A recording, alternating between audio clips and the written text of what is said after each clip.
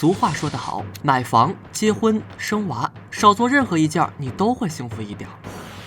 那么，当买房计划落实到明朝，我们就得关注以下几点了：第一，大明房价几何；第二，实在不行，咱就租房吧。我们先从第一点来，要聊房价，就得先说古代的房屋限购政策。其实，在看房之前，先见中介。房地产市场里，早期的市侩一词其实就是特指中介，后来又渐渐演化成了形容词儿。中介又叫牙侩、牙人，牙人的中介费很是可观，按照行规乘3破2，买方付3%，卖方付2%，中介能收取5%的利润出来。当然，具体到每一场交易，更得按照不同的朝代、市场以及竞争的压力，具体情况具体分析。对于牙人来说，也未必每一单都能拿到5%的中介费。从买房的人讲起，按照唐朝的准则，除了钱之外，身份户口才是更为看重的。法律规定，2口3人以下给1亩，3口加1亩，建口5人给1亩，5口加1亩。将社会人身份分为贵、良、贱，且要根据官员品级划分房屋的格局。比如王宫之下不能有重拱藻井，几开间几梁架都有要求。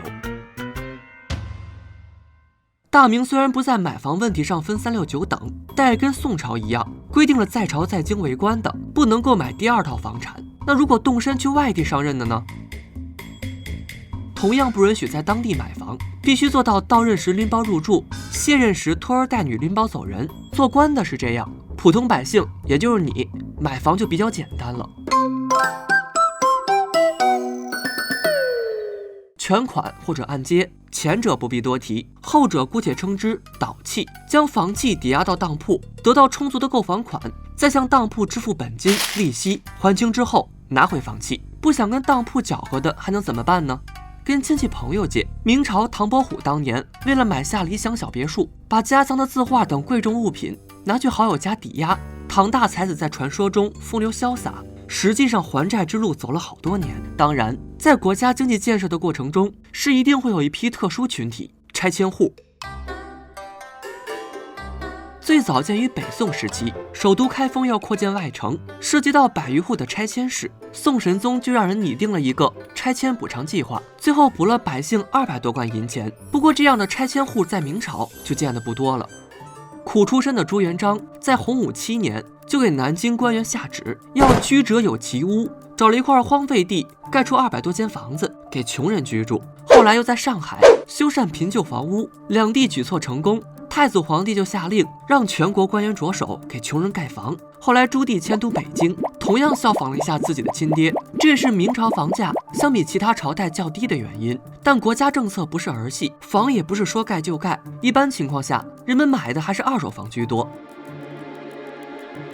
大部分的朝代都有这样一条法律：买宅比其宅。什么意思呢？你只能选择紧挨着你的房子去购买，也就是你的邻居。宋元之后，买房者还得先问过族人四邻，征得他们的同意，签字画押，才能去外面价高者得。既要防止个体户囤积土地，又要避免宗族房产纠纷。农耕时代，政府想尽了一切办法，将人民固定在一片土地上，便于管理，实际上也并不是长久之计。到了宋朝，经济水平发展迅速，国家首都以及江南等繁华之地流入了大量外来人口，钱多权重者聚集京城，更多的百姓买不到房子。除了限制购房数量，最主要就是找房地产开发商加盖。土地当然是国家的，最早的房地产商一般被叫做商户，属于政府的开发机构，即央企。在北宋被叫做修完京城所，基本流程就是修完京城所向朝廷请示，有了被划拨的大片土地，就在上面盖住宅和店铺，或买或租赁给百姓，充盈国库。朱元璋的贫困房也是这样盖起来的，只不过没有创收就是了。普通的房地产开发商要想得到土地，就要通过招投标和拍卖的方式向国家买入，称之为实封投状。朝廷把信封和最低的价格一并给到每一个房地产商家，商家们就会在信封中写上自己的价格，再统一送回朝廷。在信封开封之日，价格一并公开，这块土地就是价高者得了。你了解京城的房价吗？你说，我跟你讲，侬讲， 10年前， 10 years ago, 白石桥的一个小院 one 才是 yard in 20 Bashar 两 is 20. ，10年后， 10 years later, 白纸坊桥的 one 一 single 间屋 room 就值 in 200两。白纸坊 is 买不起房的200. 恨不得房价涨，买不起房的恨不得把孩子卖了换套房。防止民间有炒房暴利的事情，明清两朝还有一个被称作补房款的行规，就是说，如果房子在过户之后涨价了，前业主就可以找到现业主，按照现在的房价把差价补回来。哎，在这样的规则下，有钱有权的宁可想办法去占土地，也不会有囤房的行为。越是繁华之地，经济压力越大，有文字记载的北宋就有蜗居见识了，这是在屋里横放一块木板，改个小 loft， 地方太小，只能将箱柜堆叠一下，让儿女睡觉。江浙地区还有被房贷压垮的一家老小，缩食节衣，连睡觉的被子都得去外面租赁。清朝曾有一首竹枝词唱颂：搭得天棚如许阔，不知债富几多钱。横贯古今的住房问题，说到底都是房价博弈。我们可以纵向比较，看看大明居中水平。最早的不动产交易可以追溯到西周时期，那时候主要还是以贝壳、美玉等奢侈品进行物对土地的一个交易模式。从历史上第一个安稳盛世大汉来讲，汉中当时最便宜的房舍大概在1万钱，2.5万钱是普遍价格，7万钱就算豪宅了。当时等级最低的官吏佐使，一年的薪俸折合下来，大概有个9600钱，这样不吃不喝，攒个2-3年，也能有个小点的宅院了。当然，如果物价涨得不是很快，再去掉日常开销，攒个10年左右，就差不离儿了。房产价格属于历史正常水平，时势影响经济。南北朝战乱颠沛，也是房价最不靠谱的时期。诗人记载，民资一般不足3000，然而当时的房价已经达到了100万之巨，贫富差距极为悬殊。到了唐朝，实际上才是真正有了房价的概念。大唐买房不仅看身份户口，还要按照房间数量收一笔不菲的间价税。给房产征税，间价税要分庭院上、中、下3屋，上屋每年每间收2000钱，中屋每年每间收1000钱，下屋则每间收500钱。有史料记载的唐玄宗时期，房价没涨的时候，一处占地2.5亩、房屋39间的四合院，最终价格为138贯，也就是13.8万钱交易成功。按照这个算法，那时候1亩土地大概就是4-5万的价格。那个时候大唐9品阶级的官员，实际年薪也就大概2万多钱，20贯上下。这个房子也还在买起的范围之内。再后来，唐中后期，长安城一座凶宅贱卖了200贯钱。当时扬州河边的宅地大约也在200贯上下，田庄能卖到1000贯铜钱。大唐经历过战乱、时局不稳、通货膨胀等，人们的收入与物价都有各个程度的涨跌，唯独这房价是基本不变，贵的从一而终。以文称者的韩愈，辛勤30年方有屋庐，还专门赋诗一首，聊表宽慰。居大不易的白居易就更不易了。白居易15、16岁进长安打拼，当时的文坛领军人物顾况拿着他的名字打趣，说长安米贵，居大不易。后来读了《离离原上草，一岁枯荣》后，才感慨这样的才气，别说是长安，天下何处不易居？但实际上，长安屋确实不便宜。白乐天早年独居宴宾客，逛花丛，工资花得肆意洒脱，最后带着一家老小住了很久的出租房。20年仕途到头，还常羡蜗牛有居，说蜗牛出生自带房产，真是好命。年过半百，才在洛阳买下梦寐以求的大宅院，营造自己有诗有画的理想生活。不过这些跟杜甫的一生悲苦相比，也不算什么了。杜诗正在帆船上了却残生，叫千百年后的嘉靖帝想起来，都要叹惋羞愧一二。安得广厦千万间，大庇天下寒士俱欢颜。呜呼！何时眼前突现此物？吾庐独破受冻死一族。经济达到鼎盛的宋朝，第一次出现了房奴，房价已经是贵得离谱。据记载，曾经有一位将军为买下一处房屋，花费了5000多两白银。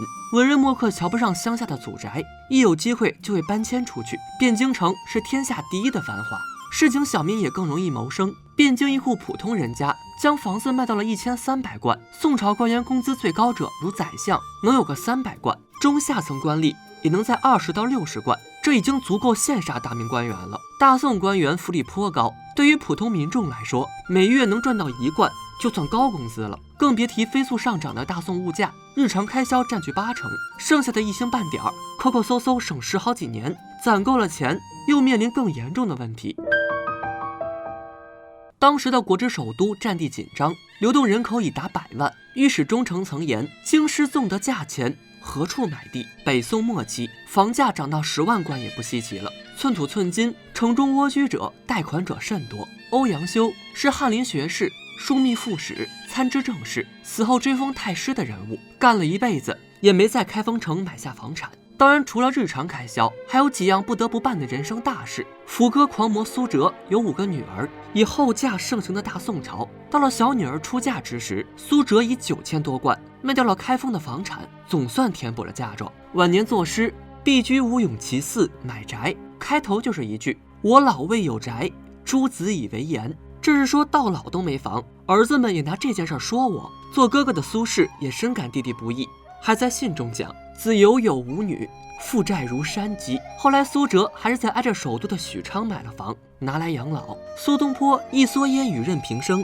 就没做过业主，跟弟弟过着完全不同的人生。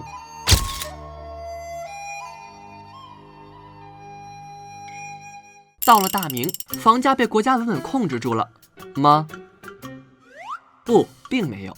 大明大部分房客选择了租这种方式。万历年间，京城有位急用钱的商户，卖掉路边门市房，前后4大间能分出8间房屋，共计卖了35两银子。到了崇祯年间，战乱时期，北京城正阳门大街上一座小型4合院，南房北房各2间，外加1间厢房，就只要33两白银了。这就要回顾一下大明的工资情况。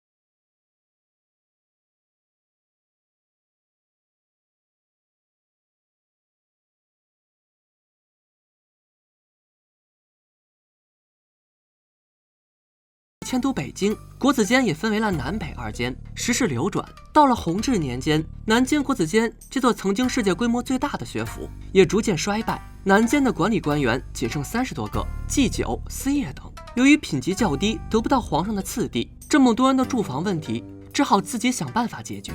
南京城贵玉之地，地价已经涨到1步1两的高价，买是买不起了，租一座正经独院宅子也得要5两银子。